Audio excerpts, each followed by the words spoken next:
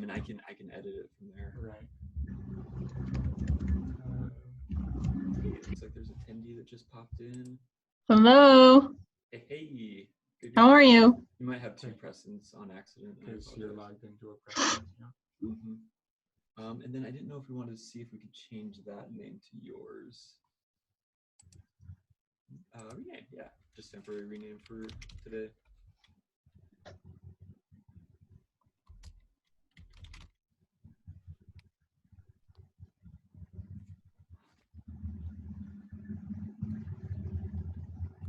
I'm just curious, do we know how many people will be watching today? There's the chat.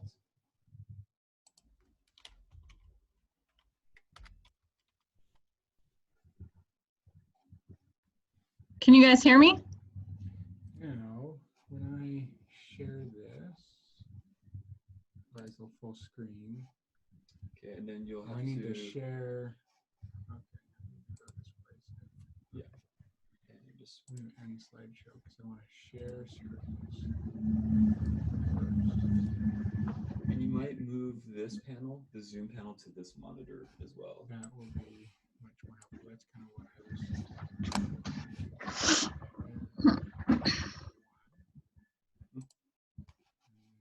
I'm also going to move this panel.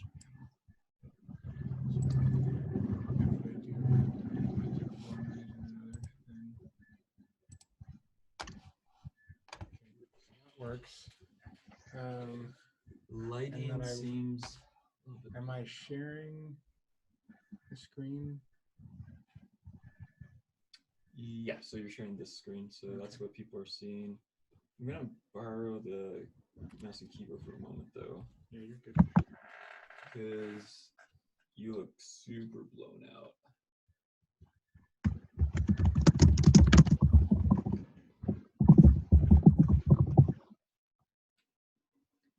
And I know sometimes it is this monitor, but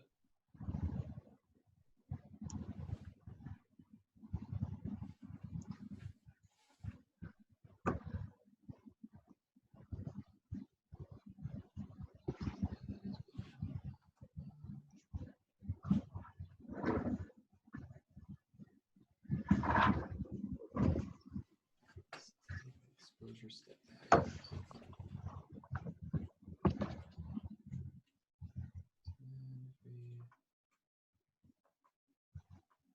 Oh, you stopped it.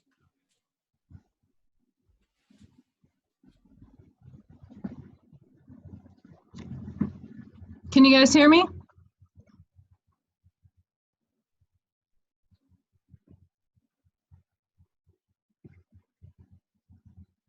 Present again.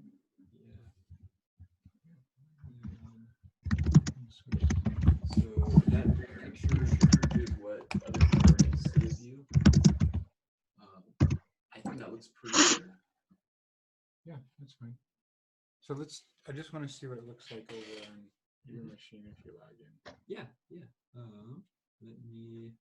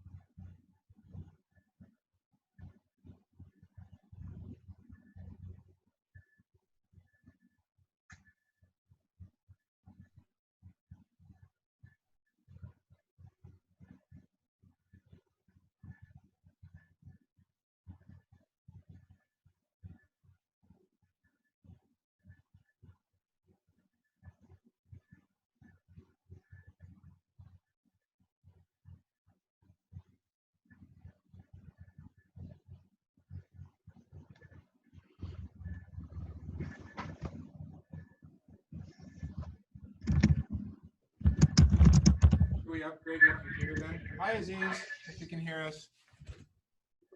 Yeah. So let's do that real quick. Controls. Oh, wait, that's. Yeah, so what you'll want to do is highlight the green thing, and then it gives you those options back. Yep. Go to participants. And then click on attendees. Which one? You can actually Allow both of them to talk. so you'll actually want to hit more. Yeah, and then promote panelist. I'm just going to promote both. Yeah, that's fine. All right.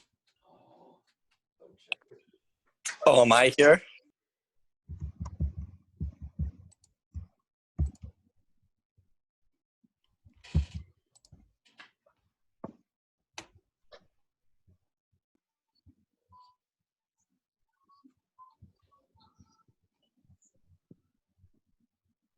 Jeff and Adam, can you guys hear me?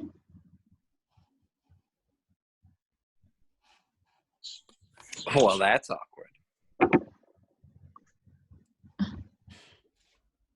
I can hear Preston. I've been able to hear you this whole time. Okay. I wonder if they can't. Does that look good there?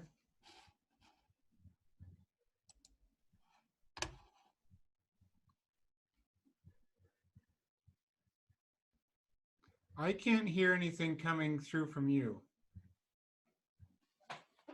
Okay.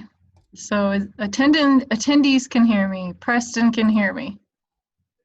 Right. And before I was upgraded, I could hear you as an attendee. And then my other question is,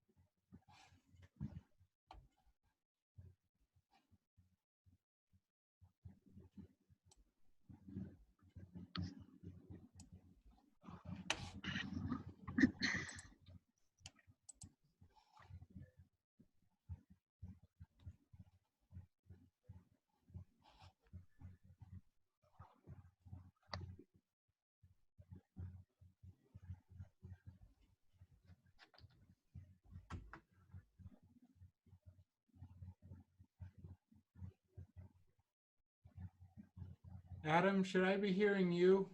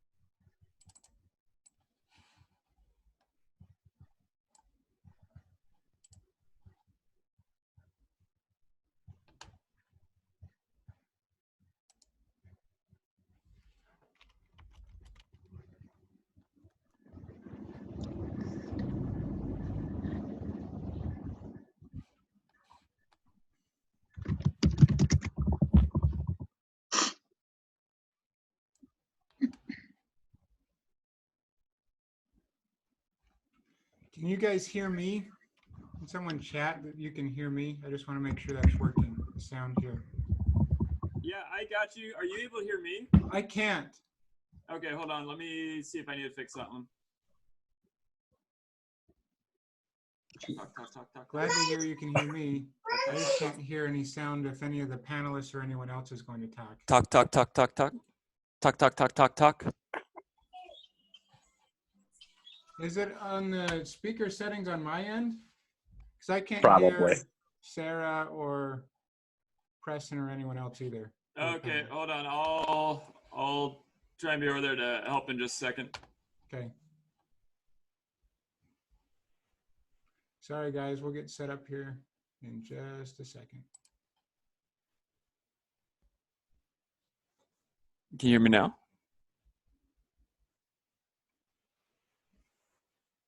Yeah, thanks, Marie. I think it's just a thing on my speaker settings.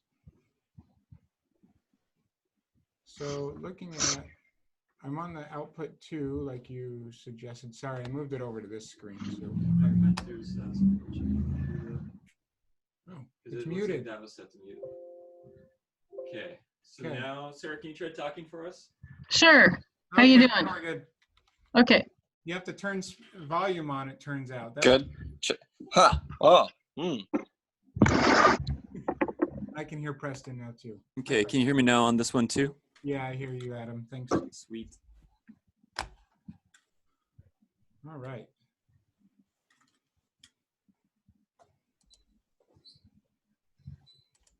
Let's see here. And then Marie's saying that she can't hear Jeff now. Jeff, can you try talking out loud for me? Yeah. How about now? Oh, okay. Yeah, Marie's got you now, and I hear you loud and clear. Okay, good deal. All right. And then it looks like Dean Kinzer just joined in.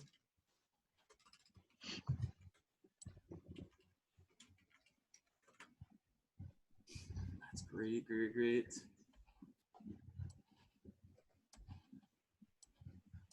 We'll probably wait, or I guess, I mean, it's up to you, but we'll probably wait and see if we can socialize a little bit more.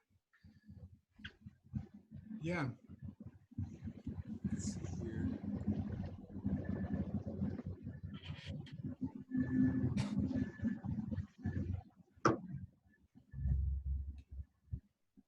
That's great. I'm hoping everybody has coffee with them today too. It is a bit chilly out, or at least something warm to drink. Right? Whatever. I thought those were. Whatever your favorite warm beverage is. I was surprised. I actually went to Dismore's today and got coffee. It was like $3.66 for a quad shot, which is very economically priced. I was blessed by it. I was very surprised. Go Dismore, says Marie. That's right. Yeah, they've been having some of the best meat sales, and just like the best cuts. Because I usually shop at Winco, but like their Winco's been out of stuff. Yeah, Marie said P is the best butcher. I 100% agree. I talked to him a little bit this morning, and helping me figure out how to do some better cooking, because that's the thing I've been doing at home. Since I'm not as not going out as much, I've been cooking a lot more and trying to do better. And so having that expertise and that specialization, oh my goodness, that's been just so helpful.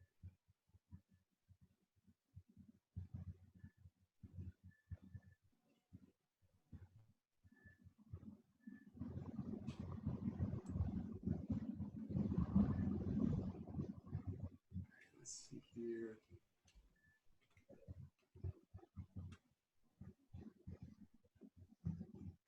Jeff, what have you been doing? Like, have you been enjoying any new hobbies or?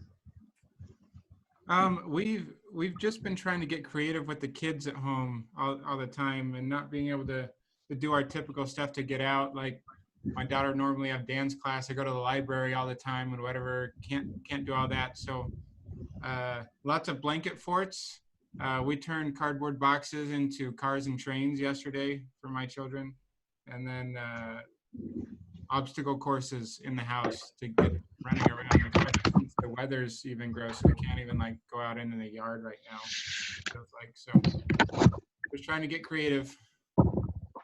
Yeah. Yeah.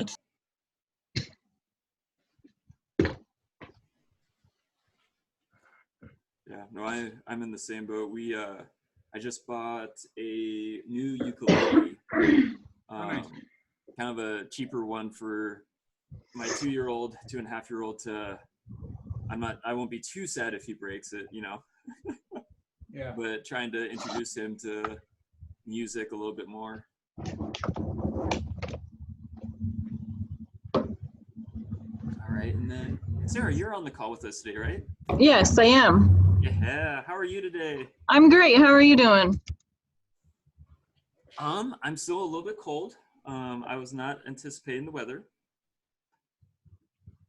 Yeah, it's definitely taken a dive for temperatures. Yeah. Hey, Sarah, what do you think? We're a few minutes into 10 o'clock. Should we go ahead and get started? You want to kick off the Cup of Joe today? Sure. Okay. Thanks everyone for joining us. Obviously, this is our first time trying this on a webinar. We've successfully launched 1 or 2 other webinars with Adam, me not being present for a couple of them just because of the 6-foot rule. But I hope this goes well today, and I'm glad you're all here. So I'm not sure how many people are actually watching. Is there a way to tell?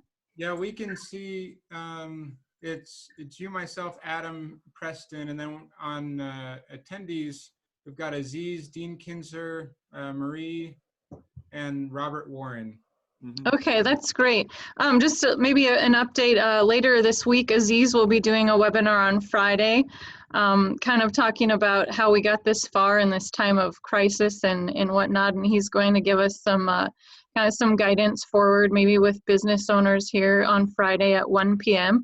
And Adam and I are currently working on another list of webinars that came in kind of as requests and suggestions. So we're going to be working on developing some more. And just a reminder, stay tuned in to Aziz, Marie, myself. We're constantly getting information on funding resources, and we try to post that to our websites and share through emails. And there, funding coming in daily. I just got an email from Aziz that talked about SEWEDA has some funding coming out, and it will be available to Whitman County. So for those of you who don't know, SEWEDA is down in Lewiston. So that's kind of the scoop this morning. So I think I'll let Jeff take it over. Okay, thanks, Sarah. I Thank you. Everyone can see my PowerPoint slide as well as be able to see me if they need to. Can I just get a confirmation in the chat that everything looks correct? Oh, and then an announcement from Aziz that working on another webinar for Tuesday morning on SBA loans and grants with SEWEDA as well. So keep your ears peeled for Aziz in the next little bit for some more stuff. There's so many things going on. There's so many resources out there, and grateful to, I've appreciated Marie, all the emails from the chamber and other resources from Sarah and others that are trying to keep us updated as things consistently change.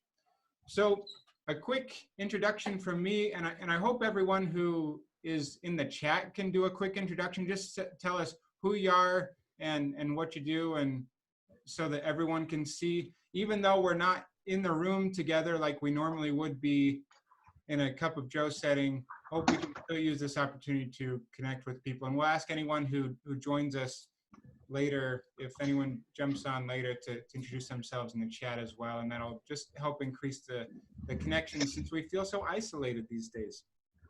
So little introduction to me. So my background is mostly technical. So I have a degree in mechanical engineering, and I wrote software code for a number of years. And what brought me up here to Pullman and the Palouse was I worked for Meter Group, used to be Decagon Devices, and did a lot of manufacturing work as well. So technically I've done a lot of different things. And I've worked for GM. Like I said, I worked for Decagon and Meter. I've done side businesses, sourcing stuff internationally and selling it on Amazon. But at Meter, I had opportunities to transition and do a lot of other things, including giving workshops and teaching and training on leadership principles, and mindset is a lot of what I got to do. And mindset's going to be a lot of the things that we're going to talk about during this webinar today. And consequently, a few months ago, I peeled off and started my own company called More Than Engineering, primarily focused on leadership development for technical folks and engineers. But these principles apply to everyone, not just engineers. So I've generalized it a little bit today, and I hope that I can share some good things. And I don't share this openly too much in our area, but I am a Husky, and I finish up an MBA at the University of Washington in June. But by the end of today, you may actually appreciate Huskies just a little bit more. I've got a gift from some Huskies that you may appreciate today. So don't hate on us too much. But I still support the local Cougs because they're the games I get to go to when they're okay. Sorry, Aziz. I got the boo from Aziz, and maybe other people are booing on the inside, even if they're not sharing it on the chat. So like I said, I hope everyone will spend some time. I see Julia just joined us. Please welcome and introduce yourself on the chat so that everyone can know who you are. And then also opportunities to share, hey, what's something that you're working on or you may need help with? Because this is something that we typically get to share at Cup of Joe, where everyone goes around, and we can have this on the chat and still have these discussions and connect with everyone. So I hope everyone will still chime in and be engaged there.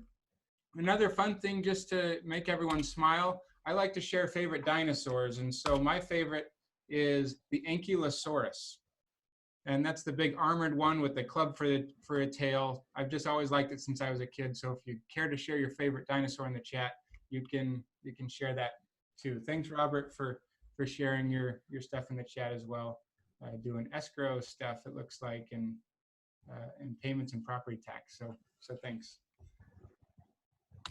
And then the other invitation I'll give for you today is just to be present, right? So you've chosen to spend this hour with me and with us today, and we have this opportunity to spend this time. But because we're all on our computers, you could very well be semi-listening to this or browsing Facebook or checking email or whatever. But if you're already going to give time to this webinar and this time today, I hope you'll really engage and be as present as possible. As long as you're not on your cell phone, if you're on your computer, I'd invite you to put the cell phone away. Like I said, unless you're using it to tune in, actively participate, and then see what you discover and learn from me. And hopefully we can also have discussions in the chat as we go along as well. So just be as present as possible and tune in, because we want to make the most of this time together. So if you're anything like me, the last few weeks, it seems like this image or images like it are just about the only thing I have the capacity to think about and talk about. It seems like it's all consuming. And certainly when Sarah asked me to do this presentation for Cup of Joe, none of us had any idea what was going to be happening. I didn't know it was going to be a webinar. I didn't know that I was going to be talking about things in a time of crisis. And so, but all of us are on our toes and trying to figure out how do we move through this crazy time. And yet here we are, and we have to face the reality and move through it. So today I want to cover a number of things. We talked about, I'm going to cover a number of principles around mindset, some strategies and activities to use to improve our mindsets. Working through the reality of the fact that right now we have to work through and do more with less, whether that means less time or less employees or other resources that we would normally have that we just can't utilize right now. Going through communication challenges, what to do about them in our current state, and then along the way I'll be giving some specific business strategy and leadership tools that you can use today or in the near future to help you through these rough times, and I'll share with you how to get them. So let's just jump right in and talk about this principle of mindset. So typically when we're faced as a business or as a person, we've got a set of actions and behaviors that are results in financial results or business processes or just how we're feeling about our lives in general. And so our actions and behaviors are what drive our results. But underneath that is what I would call mindset. This typically, when we want to change something in our business or in our life, typically we start prescribing what are the different things we need to do? What are the new goals we need to set? We start prescribing actions and changes, a new set of results, a new goal that we want to hit. What are the actions and behaviors I need to do differently? But when we only focus on this, what we're leaving behind is our mindset. And this is a problem. There's been some research recently done by the McKinsey company that organizational performance fail either because senior managers don't act as role models for change or because people in the organization defend the status quo. And defending the status quo in my mind is a lot like, hey, these mindsets are left, change the mindsets and just say, these are all the things we need to do differently. It's just not going to happen. And so we don't want to fail. And whether we like it or not, every single one of us is in a change process right now because of everything that's going on. So instead, forming mindset, and then our actions and behaviors can actually follow along. And so it looks something like this, where we shift our mindsets and then the actions and behaviors follow along with them. And it becomes a lot more solidified and reliable. Yeah, thanks for the study that they did recently in a little bit, Aziz. So true change actually starts with our mindset. And mindset can be characterized in a number of ways. I mean, think about it as an established set of attitudes that we hold, or how we view people or the environment around us. Or we could say it's a belief that really orients the way that we handle our situations and sort out what's going on and what we should do about it. Another way to look at it is it's sort of like the lens that we look through and see life. Good lens makes a huge difference. If we have negative mindsets, it distorts our view of the world and the things around us. And so the quality of the lens, the sharpness, making sure we have the right prescription, if you will, completely changes how we see different things. And another analogy on my operating system and a bad mindset could be like a computer virus where we receive inputs, and if it goes through a negative mindset, then the outputs that we have, even if we have the right inputs, we could get the wrong out. And so we need to work on these mindsets because it changes how we react to the things around us. One more quote, like I said, from the same McKinsey research, and there's the link if you care to. These can identify and address pervasive mindsets at the outset, and they're 4 times more likely to succeed in organizational change efforts than are companies that overlook this stage. And like a organizational change effort right now, and the only thing constant in life is change. And so we can't afford to neglect or overlook the principles of mindset in going through these times we're going through right now. And so hopefully I've implanted in your minds just a little principles of mindsets are. But it can actually be really, really challenging because we can't often or always see the truth about our own mindsets. We can actually deceive ourselves into thinking that our mindsets are more positive than they actually think, that our mindsets are really positive. And so we can work on assessing ourselves, but often it's necessary and we need the help of others to understand the full truth of where our mindsets are, because times like now where stress and negative emotions and feelings that we have. So we need the help of others. Sorry for the little slide issue there, but researchers are showing, and one that I've come to really appreciate, Ryan Godfredson, and his link is down below, have researched and shown that there are 4 actually sets or pairs of minds kind of independently from each other, or at least enough that we can separate how they work. And they're all on this scale from negative to positive.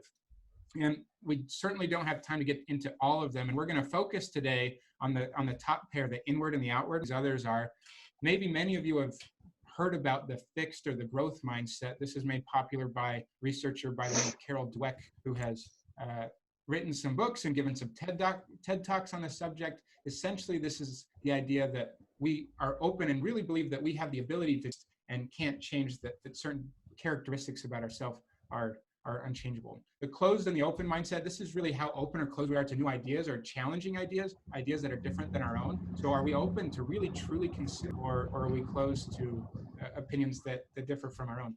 And then prevention and promotion is more about, am I most focused on preventing loss and protecting what I have, or am I more focused on trying to increase gains or to win, or to find new ways to manage different challenges? So that just gives us a brief and broad overview of what these different mindsets are. But like I said, we're going to focus mostly on the inward and outward mindset, and I'll define those a little bit more in a second.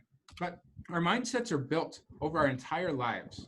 And so to set up really is neural connections in our brain that are these filters for how we deal with challenges. So we're probably not going to completely change our mindsets in an instant, but what we can do in an instant is decide, is we can decide to do what we need to move the needle.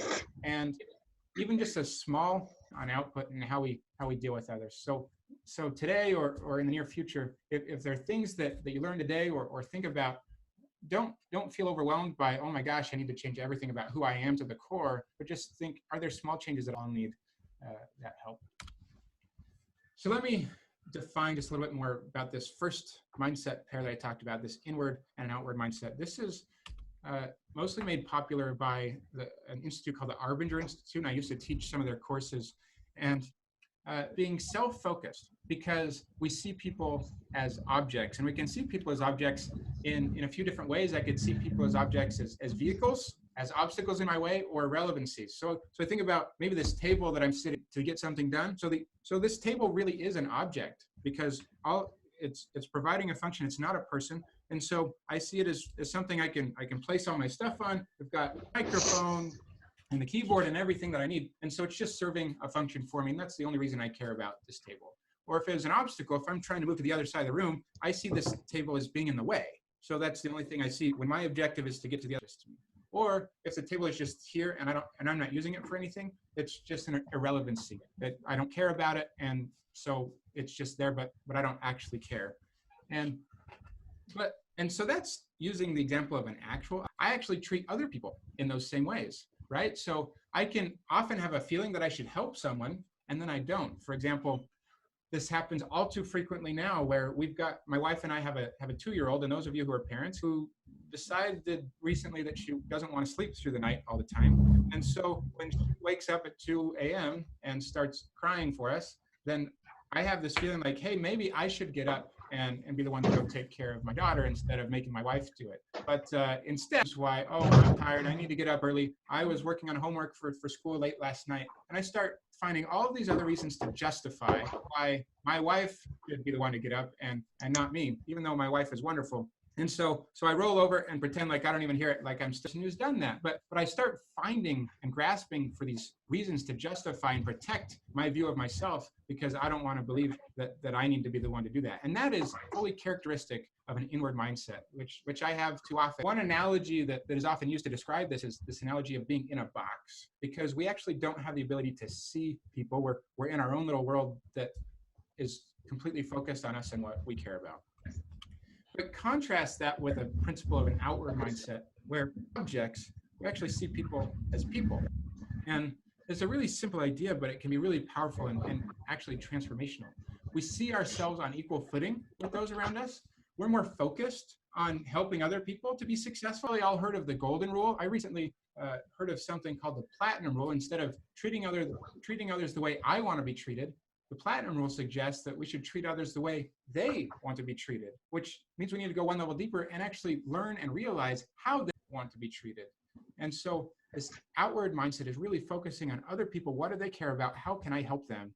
Instead of focusing on me. And a great example I think of is my father, who, when I was growing up, care about and see other people in the basic interactions of life. Even if we're just checking out at a store or a restaurant or something, he would look at their name tag, he would acknowledge them, and he would make them feel special and talk to them and really smile at them and find a way to brighten their day through and is a transactional interaction. And that was really amazing to me. And welcome, Chandler. As Adam said, please take a second to introduce yourself on the chat here.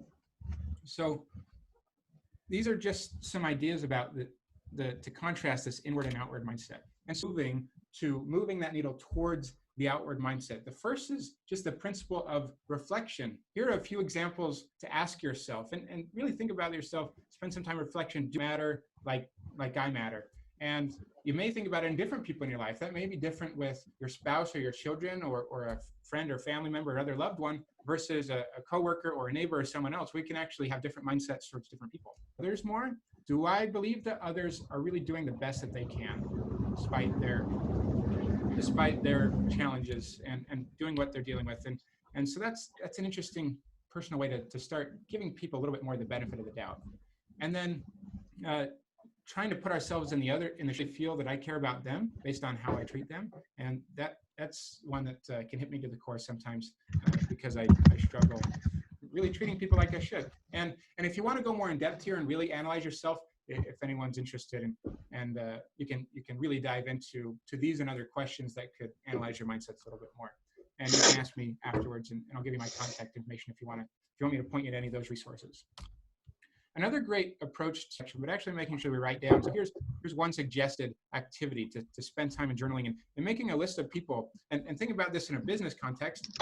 And think about the people that you're working with, your team, your coworkers, your boss. Making a list of the people that make you feel like, what is it that they do that makes you feel that way? And what are the adjustments or changes that I can do to be more like that, so that I can really help other people to feel their best and be really helpful to them.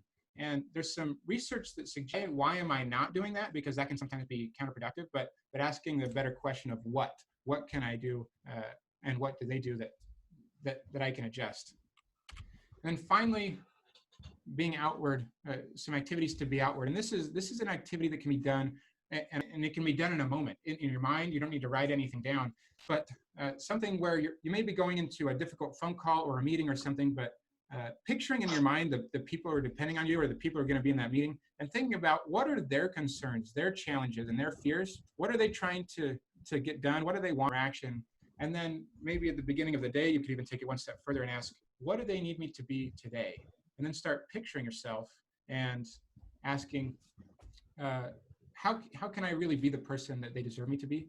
And then committing to be that person. I see someone raise their hand. That was me. Go ahead, Aziz Adam. asked a really good question. In most cases, he found that managers take credit for employees' work and contributions. How do you think mindfulness can help deal with this highly immoral? Yeah, so that's a fabulous question, and I don't know if your audio was feeling a little fuzzy, so hopefully people heard what Adam said, or you could read it in Azita's question in chat. But absolutely, managers can often, so certainly if you are a manager and you're on this call, don't do that, and give people credit where credit is due.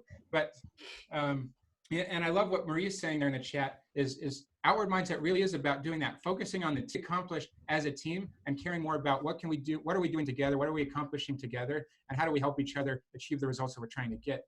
But certainly, Aziz, thinking through this can change and help us deal with. And I believe, well, I love comparing this to a scientific principle. You may have heard of Newton's laws of motion, and one of those is that for every action, there's an equal and opposite reaction, okay? So this very much, I act with an inward mindset and focus on myself towards other people. Almost all the time, they're going to react in that same way with their own self-focused inward mindset, caring about what they want to. If I act selfishly, that's going to bring out more selfishness in other people. But the converse is true as well. If I am with an outward mindset and focus on how I can help them, then that gives them an opportunity to react in a similar, more helpful and collaborative way. And so certainly we can't control how other people react, our own behavior and mindsets by doing that. And hopefully that helps make sense. And I agree with Marie that Aziz is very sweet, and we all love Aziz. So if anyone doesn't know Aziz, you should, because he's great. Any other questions about these principles so if anyone has any more questions, please put them in the chat. Otherwise, we'll move on from kind of the mindset portion. Yeah, Jeff, I'm just going to do a quick comment. I sincerely appreciate the picture myself being the person that they need me to be.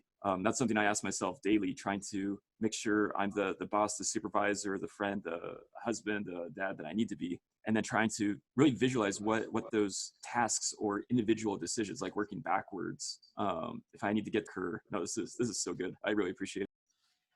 Yeah, thanks, Adam. And like you said, I mean, this applies to work, but it applies at home as well. Sometimes these days with working from home and my kids and my wife are around, sometimes I need to take a moment like this to just make that shift. Okay, now I'm going to go be with my family. What is the person that my kids and my wife deserve me to be? And getting into that appropriate mindset as I make that physical and mental transition to be the person that they need as I make that and spend time with them. And so moment, if we can just start to see and consider other people rather than thinking about our own problems and challenges. So thanks for that. I appreciate it. So I want to move into another section in the presentation. The truth is right now that many of us are being employees or less time or less resources at our disposal because of what's going on. We just, that's the reality, right? So we're going to need to drop some things. And so the most important thing is right now we need to be focusing on where our time is having the greatest impact, creating a vision for the team around you so that they can make sure that they're focusing on the right thing. The graph here represents the Pareto principle or the 80-20 rule, where whether those percentages are exactly right all the time, deliver a great percentage of our results that are most important. And so especially in a time like this where there's time crunches and limited resources, it's actually absolutely imperative. Bring up a quick poll just to get everyone's thoughts here. And I'm going to launch the poll and hopefully you can all see it. If you, your employees or colleagues are having to deal with this reality of having to do more with less, what are the side effects that perhaps you're most worried about? Are you worried about people burning out? Are you worried about lower quality deliverables that you're dealing with, or lower communication because people are hyper focused on tasks? I'm curious to get thoughts on what you're worried about. And I see a couple responses, and we'll give a couple more seconds for everyone to put in their thoughts. Okay, 5 more seconds. 5, 4, 3, 2, 1. Okay, end polling. Can everyone see the results? I got to share the results here. So I hope everyone can see that. Looks like a lot of people are concerned about decreased quality or missed deliverables of some sort, and some people about that in a little bit. But yeah, we can certainly be worried about decreased quality because we're rushing, or we just don't have the time to spend like we normally would, or we're just not being able to do everything we need to. And these are all valid concerns, and so I hope we can just kind of share this together.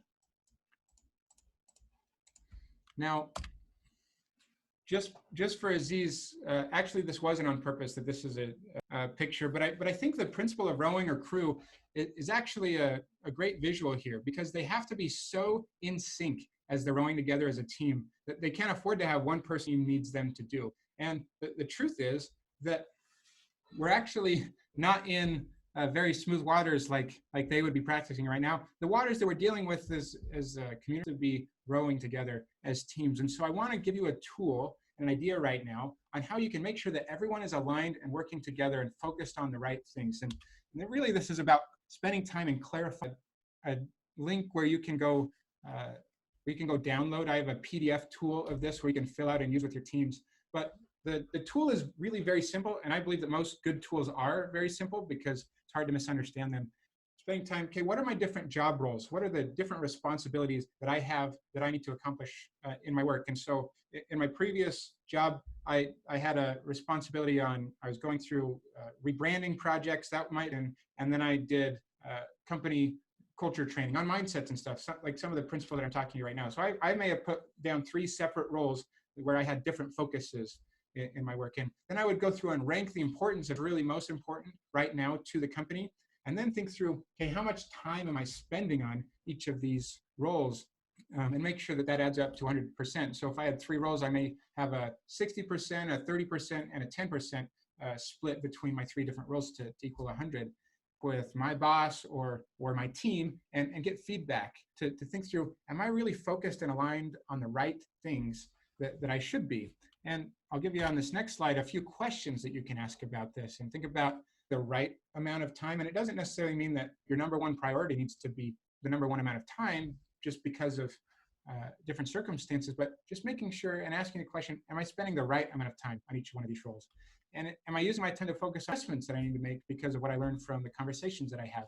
And this is just an opportunity to make sure you can do this individually for yourself, kind of take personal responsibility to make sure that you're aligned. And it's a great, amazing thing on the right things. So like I said, I'll give you a PDF that you can use at the end here and download if you want to use this tool for yourself or your teams.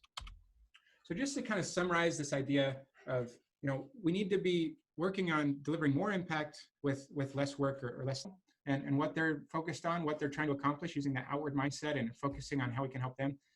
identifying redundancies. We need to eliminate redundancies in our work, understanding and clarifying where everyone should focus using a tool like I just shared with you. And then we're going to have to now. And just recognize again, our jobs are really to make other jobs easier, whether that's our customers or our clients or our other stakeholders we're talking about, or our coworkers and our bosses or those that we lead. That's what the outward mindset's all about. So having that, I've heard of this is the serenity prayer. And whether you believe in God or not, doesn't matter. The principle is true. It's the idea of grant me the serenity to accept the things I cannot change, courage to change the things I can, and wisdom to know the difference. And in a time like this, there's so many things that a control freak can't control and change right now. And so I need to accept those things and recognize what are the things that I can change and take ownership of, and then separating the difference. And that's really what this principle is all about. So I want to open up one more communication challenges. So let me grab the poll and launch it. So what are, right now, with everyone working remotely, or most people working remotely, or people kind of, or clients or stakeholders working differently, what are your most significant communication challenges? You know what other people are doing, so you don't have these natural in-person interactions that you would normally have. You don't know what other people need, or you may feel that digital communication is just ineffective and it's not the same or nearly as good as personal communication.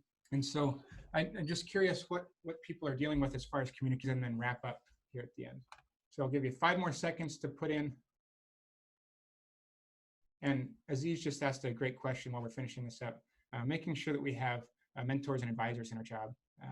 Young people definitely need to be taught to lean on people, but whether you're old or young, we all need to lean on people, and that's the truth.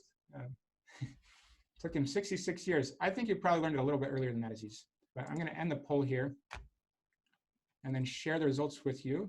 Looks like we had a spread of all of the different answers here.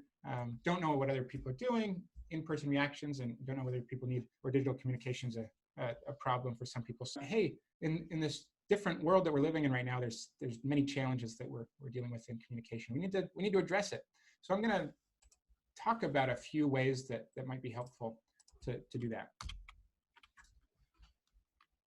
With your teams, they probably do too, right? That feeling is probably mutual. And this is a graph, you've probably seen these percentages before of the different components of communication.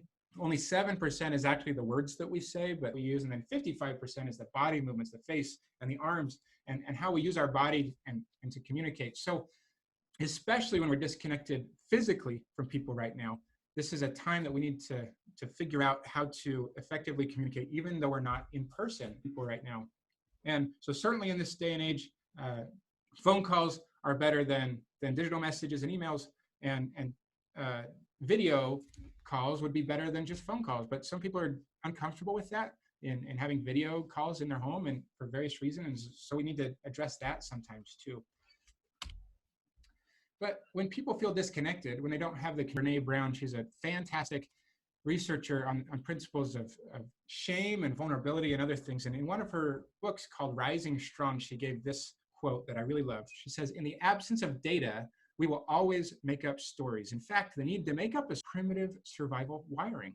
Meaning making is in our biology, and our default often is to come up with a story that makes sense, feels familiar, and offers us insight into how to best self-protect." She had an interview on 60 Minutes the other day, which I haven't read yet or watched yet, but she's given leadership courses and stuff to bring people through. But just this idea of when we don't know something, we make up stories to fill in the gap, can really be destructive, because usually when we're making up stories that protect ourselves. Giving and collecting more data and focusing on that even more now than ever before. So a few ideas on this. First, to get more data, we need to ask more questions and really dive deep and get curious to understand the full reality of those that we interact with and work with. We need to get really curious about them, ask, what are they dealing with at home, not just in a work situation, health-wise for some people these days, and how am I in my life and what I'm doing impacting them? And then think the next question is, where can I need to have one-on-ones and video calls with friends, family members, coworkers, do that. And instead of just shooting the breeze and talking about what's going on, really asking about, what are the things that they really care about, and asking more questions so you can get that data, so you don't need to make up those stories like Brene was talking about.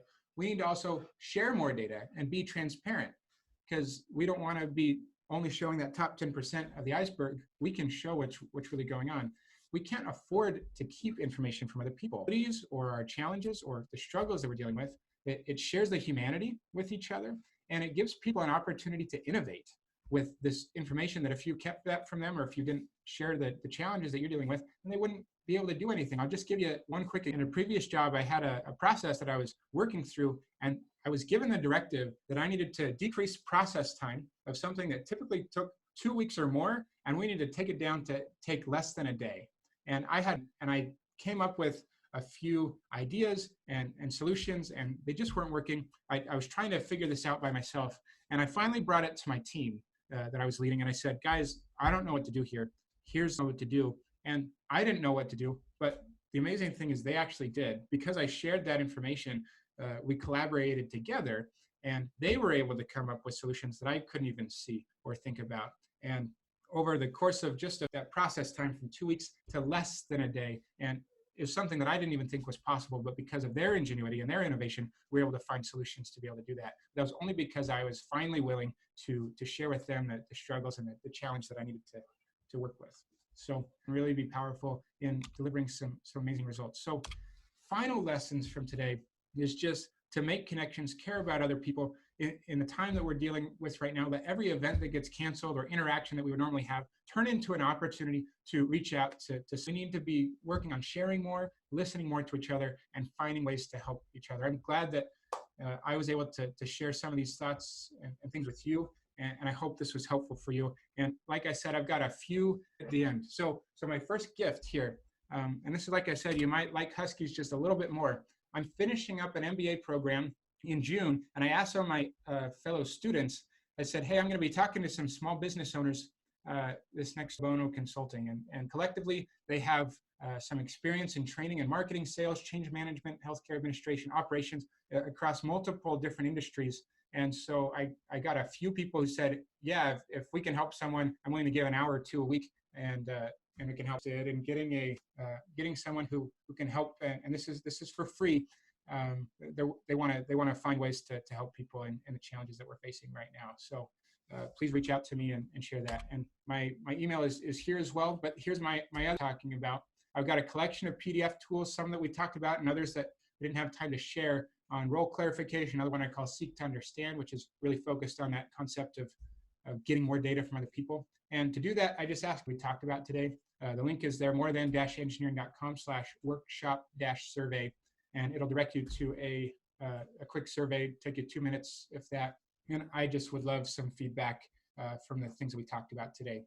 If anyone wants to connect with me on LinkedIn, you can do so. And then my email is down there if you have any questions about these MBA consultants, anything else. So thank you for your time. Any other thoughts or things in the chat? Sarah, Adam, any other final thoughts from you before we leave today? Not really, just thank you for taking the time to do this. I know, things are a little more difficult for everyone, working from home in weird places and all sorts of technology some of us haven't had to use before. So to doing another Cup of Joe next month. Yeah, and then we'll be putting out this webinar so people can sign up for it and get the recordings right afterwards as soon as Zoom is done processing it. Okay, sounds good. Thank you everyone for showing up. I hope this was helpful, and if I can be of help, please feel free to reach out and connect with me. And thanks to Adam to do this. So I appreciate them as well today. And thanks for Sarah having me do this. Yes, you're welcome. Thank you. Any other questions or thoughts in the chat before we get off today? It looks like Aziz is saying, any businesses pursuing loans, please ask now or later. I know the SBA has been hard at work and there are some cool things going on. So definitely reach out to Aziz on those. Otherwise, it's a lot of thank you for the presentations. Robert, thanks so much for coming today. And Marie and Julie and Dean and Chandler, this has been really good. Okay. Thank you, everyone. Appreciate it. Have a great day. Stay safe, stay well, and hopefully we'll be able to get all together in person again soon.